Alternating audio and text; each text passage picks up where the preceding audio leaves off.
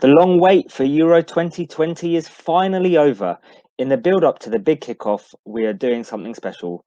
We have scoured the Twitterverse to find a representative from each of the 24 nations competing in this summer's European Championships.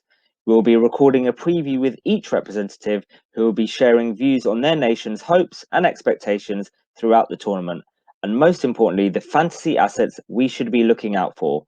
Welcome to Euro 2020 Happy Hour.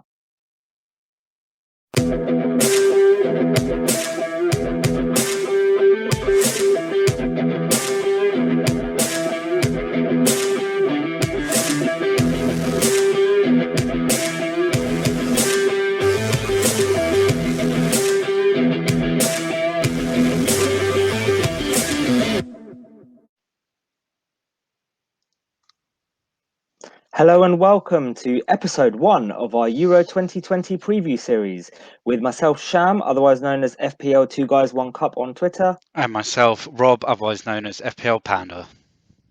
Rob, tonight we have our first guest. Let's go. Exciting. And he is representing a country that are making their first appearance at a major tournament. It is none other than North Macedonia and our rep, Alexis. Alexis, welcome. How are you? I'm fine. I'm doing fine. Hello, Rob. Hello, Evening. Sean. Hello, everyone. I'm very happy to be here to talk about football, talk about Euros. I still cannot believe I'm talking about my country making the Euros. It still feels surreal, and I'm here to talk about everything we all love, fantasy. Nice. Well, yeah, let's get stuck in straight away, Alexis. Tell us a bit about yourself. What you know about the North Macedonian team. Do you follow them quite often, like quite a lot? What football team do you support? Let's get an introduction about who you are. I've been watching football since the 2006 World Cup. I'm a lifetime AS Roma fan, and I'm also a big fan of our national team. We qualified to the Euros via the Nations Leagues. I've been watching. If I haven't been in the stadium, I've literally never missed a game, and I'm very happy we're at the Euros. I'm a computer science student myself, and that's it. Nice. Well, when we first started doing this, we were hoping that we would find someone from North Macedonia, because we genuinely, neither of us thought that we would we, Rob? We were like, yeah, North Macedonia is going to be one of those countries we're just not going to be able to find someone. So we're so glad that you're able to kind of talk to us about it. So how did your team do in qualification? Obviously, I know that you go to some of the games and you watch them. What's kind of your opinion on how you did? Because you guys took a slightly different route. You didn't qualify from the actual Euros qualification. You qualified through the Nations League. So talk me through about that whole journey, what it was like for you. Yeah, first of all, I'm gonna say there's a big football following and fantasy Premier League following in Macedonia. I'm in some leagues that have how do I say it? A lot of members, and for the Nations Leagues, a lot of people when Nation League was announced, they didn't like it, but I think it's obviously a very good thing for my country, because we wouldn't go to the Euros, we wouldn't talk here today about this, and I think it's a great idea for football for countries like San Marino, Faroe Islands, and Gibraltar. They can play opponents that are same strength as them, instead of playing England and other powerhouses of football and lose 5-6-8-0 every game. So we're a powerhouse. I think it's a good idea. We're apparently a powerhouse of football now. England is debatably the best league, and the national team is just gonna get stronger and stronger every year with all the talent. So it's not really a mistake. Nice. And we'll so see you about guys the national finished third team. yeah. You guys finished third in qualification. Did you think you guys did well in the qualification overall? Because I know you didn't qualify, but what was your kind of thoughts around it? Growing up, we were lucky not to be sixth or fifth, but I think this group was very tough, and third place is absolutely amazing. We played Austria and Poland, who I think were at their peak of football strength. We played Austria with maybe some would say Pikalaba and Arnautovic. We know he's a very top player. We know him from Fantasy Premier League. Slovenia, Israel, and Latvia are all great footballing countries, and to have positive results versus a country like Slovenia, take 4 points out of 6 is just amazing. Nice. So, as a nation, obviously, me and Rob are not familiar with North Macedonia a lot. Like in terms of we don't go to the matches and stuff. Would you say that you're more of an attacking side or a defensive side? What's your opinion on how the team plays? I think we're neither. We're patient. We're patient sides ever since 2015. Our coach, who I think Igor Angelovsky, is a very good tactician. He plays for the opponent team. He sets the team like to counter the opposing team, and we're generally against stronger opponents. We like to sit back. We like to hit the counter. Like versus Germany, we played well on the counter, and versus opponents like Liechtenstein, Luxembourg, of course, we like to dominate.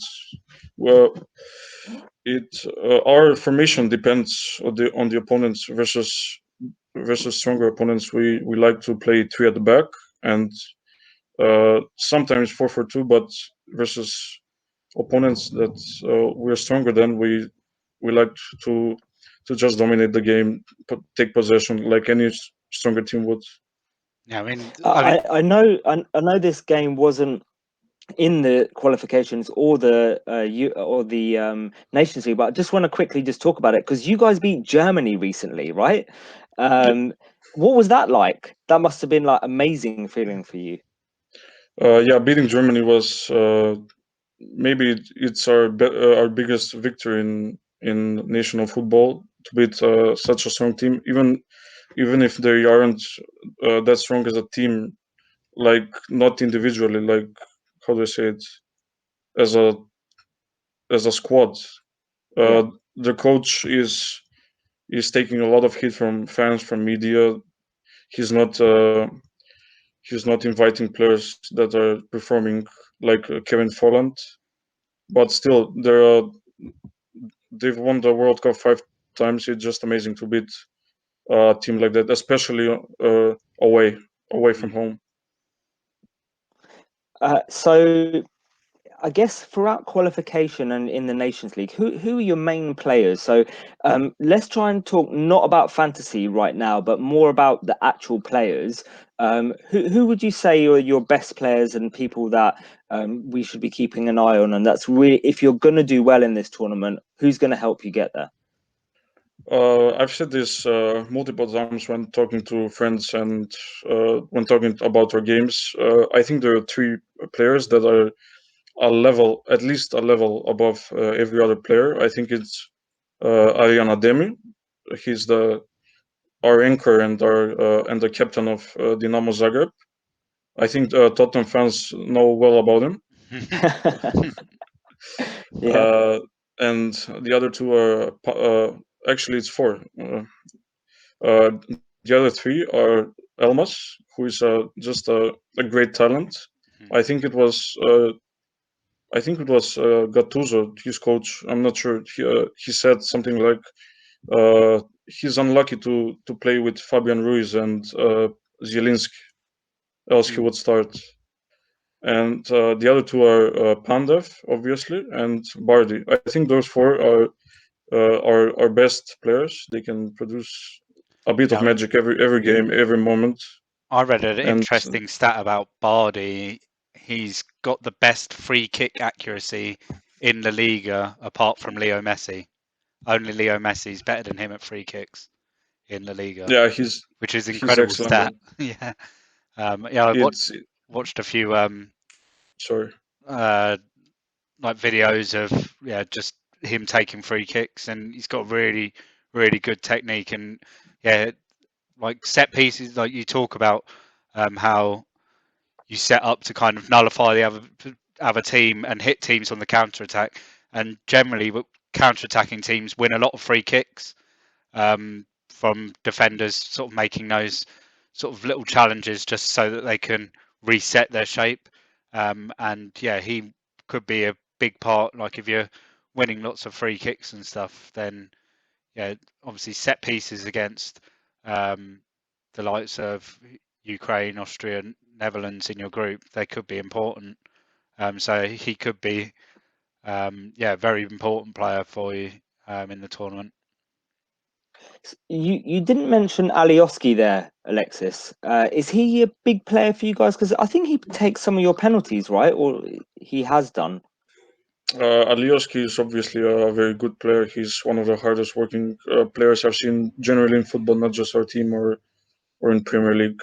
He's an amazing player, but I think those four have individual capabilities that other players do not. They're just simply at least a level above other players.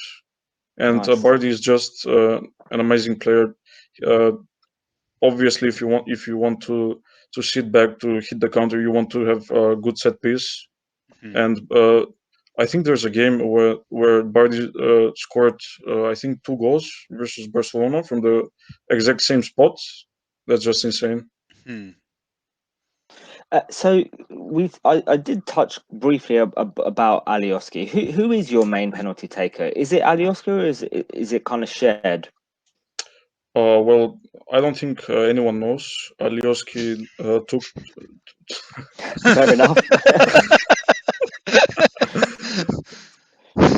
Sorry, guys, I'm not the expert you invited. Just kidding. It's the one question everyone wants to know: who takes the penalties? And to be honest with you, I don't think, other than like if you ask an England fan, they'll tell you Harry Kane, no shadow of a doubt. But there's a lot of countries where actually people don't know, and you're right. So anyway, go on, Alexis. What were you saying? Alioski, I think took 2 recent penalties versus Georgia and Armenia, if I'm not wrong, in the League C Nations League.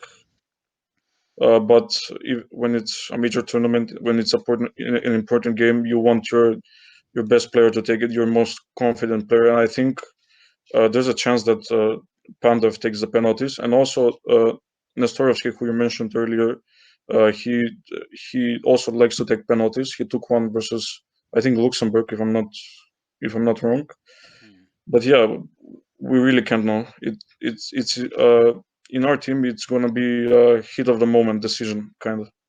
I suppose in my opinion, whoever scored, Is there whoever anyone has to step up for that penalty, it's going to be, especially if, like we've seen, sort of lots of smaller countries, like a penalty can be their only chance of scoring a goal at the tournament, and if it was the penalty to score the first goal at a major tournament for North Macedonia, the amount of pressure there, there might not be the players on the pitch to be able to deal with it. And I think, like you said, it'd probably be most likely Pandev because he's been around the block a few times.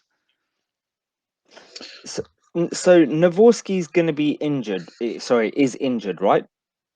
Nestorovsky, yeah, he's injured. I think he got injured in a Serie A League game for Udinese.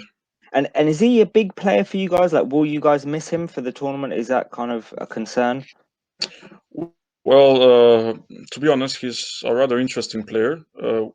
We played a tough game versus Romania. We were able to come back from a 2-0, which when players, I'm sorry, when teams of that caliber that are not top teams, national teams, it's very hard to come back from even 1-0. Not 2-0, but we were able to come back from 2-0, but we lost 2-3, and Nestorovsky took a bit of hit because he missed a sitter very early in the game when we had possession, and in my opinion, we should have been able to score. And the next game, he scored a penalty versus Luxembourg, and he pointed to the camera and said some vulgar stuff. Right. And he got a lot of hit from the media, from the fans. So for the game versus Germany, he was sent home, and obviously we didn't miss him that much. Fair enough. That's all right then. So we spoke about him earlier. Pandev, he's been around the block. 2002, he was on the bench against England. He's been there for ages. So he's your talisman that you've chosen. He's your main man for North Macedonia. So tell me a bit about Pandev. Well, when I had to choose a talisman, the game wasn't out yet. But there's none. Even now, there's nobody else I would choose. He's just the greatest player this country has born. He's an amazing top player. He's a champion. He's played in Mourinho's Inter, who are I think they are the only Italian team to ever win a treble. He's played. He retired from the national team, but now he's back scoring important goals. He is keeping Genoa now from relegation for a few years. He's just a very top player, and he in a major tournament like this, I believe he will score. He likes to score in big games. Okay, That's why I picked him as my talisman. Nice. So I guess let's talk a little bit about fantasy now then. So from a fantasy perspective, would you say he's a nostalgia pick, or do you think that he is actually a good pick? Well, in my opinion, in fantasy, the most important thing is price, and priced at 6.5 million as a forward. I think it's it's kind of a bit steep price. I checked out a bit. I didn't have much time to, because the game was out 2 days ago. I didn't have much time to see other players of other teams, but I think there's in the 6.5 million range. I think there's other players that might perform better, but I think he's slight of a punt, but he might do great in this tournament as from a fantasy perspective. Yeah. Okay. So are there any other players that you look at from the squad list of the? So we've got the squad list up now for the benefit of those that are watching the video. You've got all the kind of the prices of them. Is there anyone there that you think is really good value based on what the players that we spoke about earlier? Is anyone that really catches your eye that you think could go under the radar a bit? I think there's a few players that might prove like extreme value, like something like Wan-Bissaka 2 years ago, or like Lundstrom 1 year ago. That's what people are. That's everything that everyone wants to hear, Alexis. That's that's like music to their ears. Go on, go for it. I have a bit of list here, so I'm gonna talk a bit about every player I think is a viable pickup in fantasy. Okay. We talked about Pandev. I have to mention Alex Tchaikovsky as well. He's a bit more expensive than Pandev's, 7 million. He's also a very big punt, 7 million, but he's a decent player. He will get some minutes, and we have no Nestorovsky up top now, so I think he will start 2 games and maybe come on as a super sub 1 game. But if you want to punt a Macedonian striker, you should go for Pandev. I don't know how templates are, but if people want to pick Kylian Mbappe and Ronaldo, they probably won't have money to pick up a third striker that's 7 million. Yeah. Next up on the list, we have Elif Elmas, 6.6 million midfielder, along with Bardi, 6 million. I think those two are just incredible picks. If you as maybe fourth or fifth midfielder. I checked other midfielders from that price range, and I don't think I managed to find anyone that starts at 6 million, like starts for the national team at 6 million. So if we manage to score some goals, manage to get the result everyone here is hoping for, they will prove to be amazing picks. Yeah, I mean, I was thinking with Bardi, Almas, like they're your perfect like fifth midfielder to have, and because the way that the game is, and you can have them starting, and then if they don't perform, if they only score a point or 2 points, you can sub them out for someone else later, and they're perfect for that. Because then if you start them and then they score, you're happy to keep them in there. Yeah, I They're kind of agree, a Rob. nice enabler, aren't they? With the substitution rule in fantasy tournament games like this, you generally don't mind picking up players like this. Maybe in Premier League you wouldn't like to pick up a 5 million midfielder that might not do anything, but in the Euro, I think those two are great picks. I mean, we're talking to a West Ham fan who knows all about Thomas Souček, so There we go. Alexis, are the defenders or goalkeepers worth looking at here? I think just to continue your sentence, Sorry, I think go on. Thomas, no worries. I think Thomas Souček is 6.5 million in the game, so you can see I don't think there's anyone better than those two in the price range. And I've also forgot to add Bardi is an excellent dead ball specialist, as we talked about earlier. So he's got that bonus. From the defense side, I think there's. Let me see. There's 3 good pickups. I think Ezra Alioski for 4.5 million. I think he's also the best 4.5 defender in the game, but he's a very hard-working player. You can expect him to play 3 times 90 minutes, but in our national team, he's not usually the person that scores or even assists, unless he gets to take those penalties we talked about earlier. Then we have. I think I actually think this is a mistake in the game. We have Stefan Ristovski at 4 million on the defense. I think this is a mistake from the game and might get changed later because I don't think it will get changed, right? I don't think they can change it. No, once people started selecting the teams, I don't think can't they get can. changed. Yeah. That's amazing then. Go on, tell us about him because I'm getting excited now. I'm excited about a 4 million defender that's going to play every minute. He's our starting right back, and he's now he plays for Dinamo Zagreb as the right back, their starting right back. He's been a staple in our national team for like 5 or 6 years now. I cannot imagine he's not gonna play. He's not gonna start every game, and he's just priced 4 million in the game, which is just insane. You got in our team the other 4 million defenders are. 2 guys who probably won't even get any minutes off the bench, even with 5 subs. And as far as I can remember, I think I couldn't manage to find any other 4 million player that will even get some minutes. And let's not talk about starting.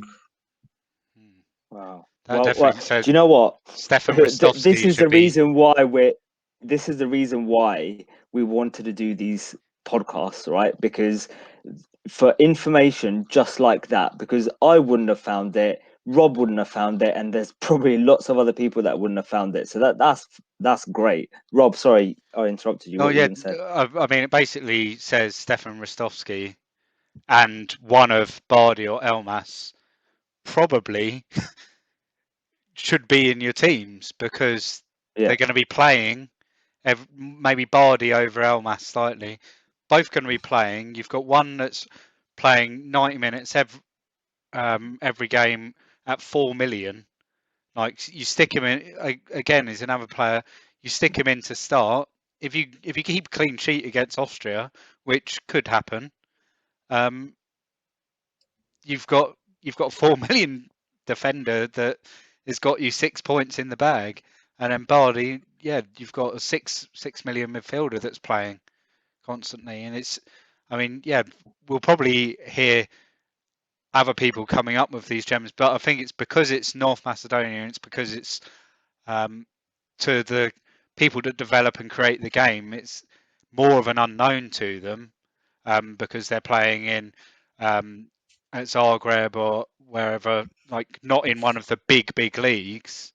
That these players get underpriced, and occasionally, like we might see in later episodes of the previews, that players will be in the wrong positions and stuff like that. But yeah, it's great to know. Yeah, I didn't even spot Ristovsky when I was creating the graphic, but yeah, it makes sense. It said 63 odd caps, and he's at 4 million. So does he play every game then? Like from the qualification, did he start every game? Yeah, he's a very good player. He's alongside Alioski, he's the most hardworking player, and there's no chance he doesn't start every Nice. game. Us fantasy lovers, we always love a bargain keeper. Is your keeper worth looking at? Of course, Sam. Of course, our keeper priced at let me see, 4.5 is he? yeah, Yeah. 4.5. Stola Dimitrievski. I think when I was looking at goalkeepers, I think he's the second keeper that starts for his team at that price. I'm not sure about Hungarian team, but I think Peter Gulagi starts for them, and he's the only keeper that can probably start at 4.5 million. So if you wanted to go super budget, then Dimitrievski and the Hungarian keeper, like if you want two 4.5s, they're the go-tos. Yeah. Yeah. So Alexis, I guess important question that people want to know before we talk about what your hopes are for North Macedonia in the Euros is: are you going to be, at the moment, do you think you're going to be starting with any of these players, and if so, who from North Macedonia? I think I'm obviously a bit biased in what I say, but I think anyone should get Ristovsky and Dimitrievski in their team. I think I'm gonna go with Ristovsky, Pandev, and probably one of Elmas and Bardi. Nice. I suppose Full triple up, right? yeah. North Macedonia triple up. I think most people they like to have that triple, especially in the way that this game works, because of like it's got so many chips for the game, and you can almost pick a team for each match day in the group if you wanted to use all your chips up straight away, and so you can just have a gam. And that, like we said, that first fixture against Austria, and we'll probably talk a bit about it in a minute, is potentially that's the make or break fixture for Macedonia, and you'll throw everything at it, so that could be where you get the returns. So, Alexis, let's talk a bit about the qualification of the next round for you guys. Do you think you can get through to the last 16? What's your kind of hopes for North Macedonia at their first major tournament? Well, as I said, I'm biased in when I talk about my team, about my country, but I think we have real hopes to at least hope for second place. When you look at our opponents, they aren't in very good form. Netherlands are obviously a very top team. They can field 30 players that are maybe not world class, but they're all amazing players. They have just insane talent in the squad. Even though their coach, De Boer, I think, I'm not sure. I'm not sure about his name. Even though he's not a very successful coach, his Inter is one of the weakest in the past decade. His Crystal Palace wasn't that good. Even then, I think they're the favorites to win this group. As of the other two teams, Austria and Ukraine, I think obviously the first game is gonna be key to how this group progresses for us. I think Austria have regressed a lot ever since Arnautovic went to China. Uh, Especially this season, Alaba has regressed. Sabitzer isn't playing his best. I think we're better as a team, and maybe even on paper we are the better team. Nice. So you've got good hopes. You think you'll qualify from the group? Well, in Euros you can qualify even if you're third, but yeah, I have very high hopes. I think they are realistic. And I forgot to talk about Ukraine. I think they're in a worse state than Austria. They haven't. I'm not sure, but I think they haven't won a game since the 1-0 versus Spain, which was in 2019, I think. And uh, they're not very talented squad. They have good players like Yaremchuk and Malinovsky, who's a very important player to this Atalanta team.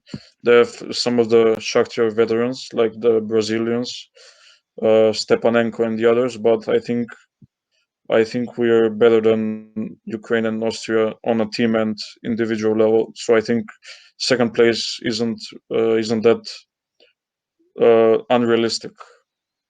I mean, Nice. even like you say though, like if you can sort of if you can get 4 points, that generally will guarantees you qualification normally. But because of the fact that third place, like the best third place teams go through as well, 4 points. Like if you can get a win and a draw against Austria and Ukraine, you're sitting in the round of 16. But yeah, Yeah, like you said, that first game against Austria, I think it's a huge moment. Yeah, for you guys to try and get something in your first game at a major tournament. I guess last question from me, Alexis, is how do you think your team will? What's the formation and what's the lineup? I guess if you could predict the starting 11, who do you think it would be? I don't know, Rob, if you want to bring up the screen just to refresh Alexis' memory on there. What would you say the starting 11 would be? I think the formation will depend on the player's form until the season ends. But I think versus Austria and Ukraine, it will be a 4-4-2. Now that we're missing Nestorovsky, I think it's going to be Dimitrievsky on goal, Alioski, Ristovsky, the fullbacks, Velkovsky, and Musliu, the center backs. And the midfield is we rotate a lot of the midfield. Sometimes we play Bardi Elmas as our two central midfielders. Sometimes we play Elmas as a striker versus Germany. I think we played Pandev and Elmas as strikers. So I think the first two games are going to be the games where we go for our standard 4-4-2. And I think our third game we're gonna depends on the results. I think we're probably gonna play three at the back, but Nice. really it depends. It depends on the opposition mostly and how we've played the past match. So Rob, have you got any questions for Alexis? or if you think Sorry. do you think like if so if you've had two good results to start with and you just want to kind of consolidate and just make sure that everything's okay, you'll play free at the back against Netherlands then, just to try and not get punished really. Just do you Yeah, think that's the case? And but if you need a result, you may play a 4-4-2 against them. yeah, I agree. If we manage to get good results after the two games, which would be amazing.